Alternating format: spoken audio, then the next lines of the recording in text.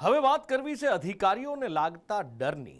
સુરત મહાનગરપાલિકામાં કેટલાક અધિકારીઓની કેબિનની બહાર પોસ્ટર લાગ્યા છે જે એમના મનમાં વસેલો ડર બતાવે છે।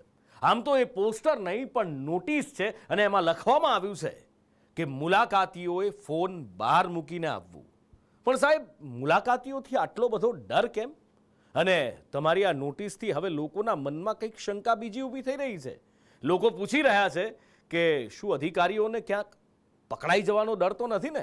સુરતની મનપા કચેરીમાં નોટિસ, મુલાકાતીઓ માટે ખાસ સૂચના, મોબાઈલ ફોન બહાર મૂકીને આવવું, વિડીયોગ્રાફી ઉપર સખત પ્રતિબંધ। સુરત મહાનગરપાલિકાની કતારગામ કચેરી કેટલીક નોટિસોના કારણે ચર્ચામાં આવી, કારણ કે કચેરીમાં અધિકારીઓની ઓફિસની બહાર સૂચના મારવામાં આવી છે કે મુલાકાતીઓએ પોતાના ફોન બહાર મૂકીને આવવા। સાથે જ બીજી એક સૂચના પણ છે કે આ કચેરીમાં મોબાઈલ ફોન દ્વારા અથવા તો અન્ય ફોટોગ્રાફિક સાધનો દ્વારા ફોટોગ્રાફી, ઓડિયો રેકોર્ડિંગ કે વિડીયોગ્રાફી લેવા ઉપર સખત પ્રતિબંધ છે। સુરતની પ્રજાને જ્યારે મહાનગરપાલિકા તરફથી તકલીફ પડતી હોય છે ત્યારે મહાનગરપાલિકા કચેરીમાં આવતા હોય છે ત્યારે પરંતુ આ મહાનગરપાલિકામાં અલગ જ એક ફરમાન જાળવવામાં આવ્યું છે। તમને બતાવવા માંગીશ કે તમામ જે અધિકારીઓ છે તેની ચેમ્બરની બહાર આ પ્રમાણેનું એક બોર્ડ મારવામાં આવ્યું છે। બોર્ડ તમને વાંચીને ગુજરાતીમાં સમજાવ્યું છે કે આ કચેરીમાં મોબાઈલ ફોન દ્વારા અથવા અન્ય ફોટોગ્રાફી સાધનો દ્વારા ફોટોગ્રાફી, ઓડિયો રેકોર્ડિંગ કે ફોટોગ્રાફી પર લેવા પર સખત પ્રતિબંધ છે। આ જે અધિકારી છે તે પારુલ જે રાણા છે, ઇન્ચાર્જ આસિસ્ટન્ટ મ્યુનિસિપલ કમિશનર છે। અને બીજી બાજુ તમને બતાવવા માંગીશ કે અત્યારે જે કામિની ડોશીબેન છે, કાર્યપાલ ઇજનેર છે, તેમના ચેમ્બરની બહાર લગાવવામાં આવ્યું છે કે મુલાકાતીઓ પોતાના મોબાઈલ ફોન બહાર મૂકીને અંદર જવું। ત્યારે તમામ જે ચેમ્બરો દેખાઈ રહી છે તમામ ચેમ્બરની અંદર બહાર જે કહેવાય કે આ પ્રકારનું બોર્ડ લગાવવામાં આવ્યું છે અને સૂચના મારવામાં આવી છે। હું તમને ડેપ્યુટી જે સીએમ ચૌધરી છે એમાં પણ આ જ પ્રકારનું use of mobile phone, camera, audio recording and other photography equipment is prohibited. એટલે કહેવાય કે આમાં પણ તમે કોઈપણ પ્રકારનો મોબાઈલ કે પછી કોઈપણ પ્રકારનું રેકોર્ડિંગ યંત્ર લઈ જઈ શકાય। કતારગામની પાલિકા કચેરીમાં મુલાકાતીઓ માટે લાગેલી આ સૂચનાઓ એ અધિકારીઓની કાર્યશૈલી અને ઈરાદા ઉપર સવાલો ઊભા કરી રહી છે, જેમાં તેમનો ડર અને મનમાની દેખાઈ આવે છે। લોકો કહી રહ્યા છે કે શું અધિકારીઓને ડર લાગી રહ્યો છે કે તેમનો ભાંડો ફૂટી જશે? શું અધિકારીઓ કંઈક ખોટું કરી રહ્યા છે જેનો તેમને ડર લાગી રહ્યો છે? અધિકારીઓ નિષ્ઠાવાન છે તો પછી આવી નોટિસ લગાવવાની શું જરૂર પડી? ઓફિસની બહાર લાગેલી નોટિસ મુદ્દે સંદેશ ન્યૂઝે ઇન્ચાર્જ આસિસ્ટન્ટ કમિશનર પારુલ રાણાનો સંપર્ક કર્યો તો તેમણે તો કંઈ પણ કહેવાનો ઇનકાર કરી દીધો। મેડમે તો કહી દીધું કે જે પણ હોય એ હું જોઈ લઈશ।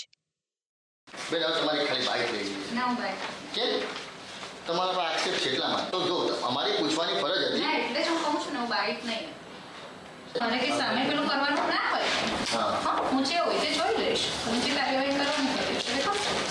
કચેરીમાં અમને પ્રજાના પ્રતિનિધિ એવા કોર્પોરેટર પણ મળ્યા જેમણે પણ સ્વીકાર્યું કે કચેરીમાં આવી નોટિસની જરૂરિયાત નથી। ઇન્ચાર્જ આસિસ્ટન્ટ કમિશનરે નોટિસ મુદ્દે કહ્યું કે મીડિયાને હું મારી રીતે જવાબ આપી દઈશ, તમારે કંઈ કહેવાની જરૂર નથી। ડોક્યુમેન્ટ સરકારી હોય ત્યાં એ લોકો બોર્ડ મારી શકે છે, પણ પીએને કે એવું એનો બોર્ડ મારવાનો કોઈ હક નથી। મેં અત્યારે બેનને રજૂઆત કરી છે એટલે બેનને પણ મેં કીધું કે આ રીતે તો ના જ મારી શકાય ને, એમ કે મારી શકાય, મેં કંઈ નહીં તો મીડિયાવાળાને જવાબ આપજો, મને કે હું આપી દઈશ એવું મને કીધું। એક બાજુ સુરતની સરકારી કચેરી છે જ્યાં મુલાકાતીઓને મોબાઈલ બહાર મૂકવાની સૂચના મારવામાં આવી છે, તો બીજી તરફ આ રાજકોટની કચેરી છે જ્યાં લોકોને જાગૃત કરતા પોસ્ટર મારવામાં આવ્યા છે। રાજકોટ મનપાના આવાસ યોજના વિભાગમાં પોસ્ટરો લગાવવામાં આવ્યા કે અમને અમારા કામ બદલ તગડો પગાર મળે છે, લાંચ ઓફર કરી અપમાન કરશો નહીં। રાજકોટ મહાપાલિકા તંત્રવાહકો ઉપર ને અલગ અલગ વિભાગો ઉપર હંમેશા ભ્રષ્ટાચારના આક્ષેપો લાગતા રહે છે, પરંતુ રાજકોટ મહાપાલિકાના આવાસ વિભાગના મેનેજર દ્વારા એક પહેલ કરવામાં આવી છે અને મહાપાલિકાના તંત્રવાહકો માટે ઉદાહરણરૂપ છે કે અહીંયા ભ્રષ્ટાચાર ન કરવો, લાંચની ઓફર ન આપવી અને જે અધિકારી કર્મચારી અહીંયા નોકરી કરે છે તેમને પૂરતા પ્રમાણમાં પગાર મળે છે। આ પ્રકારના પોસ્ટર લગાડીને ભ્રષ્ટાચારની સામે આવાસ યોજના વિભાગ છે તેના મેનેજર દ્વારા એક તારામાલી કહી શકાય એ પ્રકારની ઝુંબેશ છે તે શરૂ કરી છે અને તેને લઈને મહાપાલિકામાં ચર્ચા પણ ચાલે છે. અહીંયા ગરીબ અને લાભાર્થીઓ છે પોતાના મકાન માટે આવતા હોય છે, ફોર્મ ભરવા માટે આવતા હોય છે અને તેમને ક્યાંક ને ક્યાંક કડવો અનુભવ થતો હોય છે. સૂર્ય પ્રતાપ સિંહ નામના મેનેજર છે, તેમણે એક પહેલ કરી છે. આ ચેમ્બર છે તેમની અને તેમના દ્વારા પહેલ કરીને એવું દર્શાવવાનો પ્રયાસ કર્યો છે કે આવાસ યોજના વિભાગ છે તેની અંદર આવતા ગરીબ લાભાર્થીઓ છે એમને એક પણ પ્રકારનો ગેરવ્યાજબી પૈસો ન દેવો પડે. જે વ્યક્તિ અહીંયા આવે છે તેઓને અહેસાસ થાય કે તેઓ અહીંયા પોતાનું કામ જે વ્યાજબી કામ છે એક પણ રૂપિયો વધારાનો ચૂકવ્યા વગર કરી શકે. વિભાગના કર્મચારીઓ પણ કહી રહ્યા છે કે લોકોમાં જાગૃતતા આવે તેના માટેનો આ પ્રયાસ છે. તો ભ્રષ્ટાચાર સામેની ઝુંબેશને લઈને આવાસ યોજના વિભાગના કર્મચારીઓ છે તેની અંદર પણ એક સારો અભિગમ છે. મનસુખભાઈ, શું કહેશો? આ પ્રકારના પોસ્ટર લાગ્યા છે એ તો સારા વિચાર માટે ને એના માટે કે પબ્લિકને ઓલામાં કામ માટે જ, બાકી કોઈ બીજો કોઈ ઇસ્યુ ઓલી નથી. હાલ સરકારી કર્મચારી અને ભ્રષ્ટાચાર આ બંને એકબીજાના પર્યાય બની ગયા છે. એક દિવસ પહેલા એસીબીએ 2 નિવૃત્ત અધિકારીને પકડ્યા હતા જેમની પાસેથી મોટી માત્રામાં બેનામી સંપત્તિઓ મળી આવી.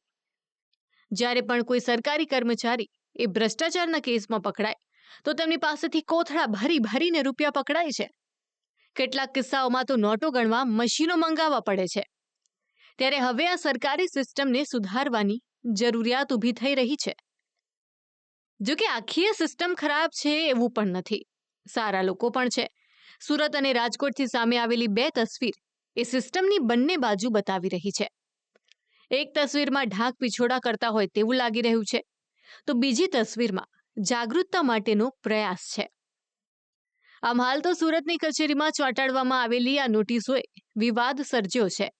આ નિયમથી સ્પષ્ટ થાય છે કે કેટલાક અધિકારીઓએ પ્રજાના પ્રશ્નોના નિરાકરણમાં પારદર્શિતા રાખવાના બદલે પોતાને રેકોર્ડ થતા અટકાવવામાં રસ દાખવી રહ્યા છે. પણ આવું કેમ?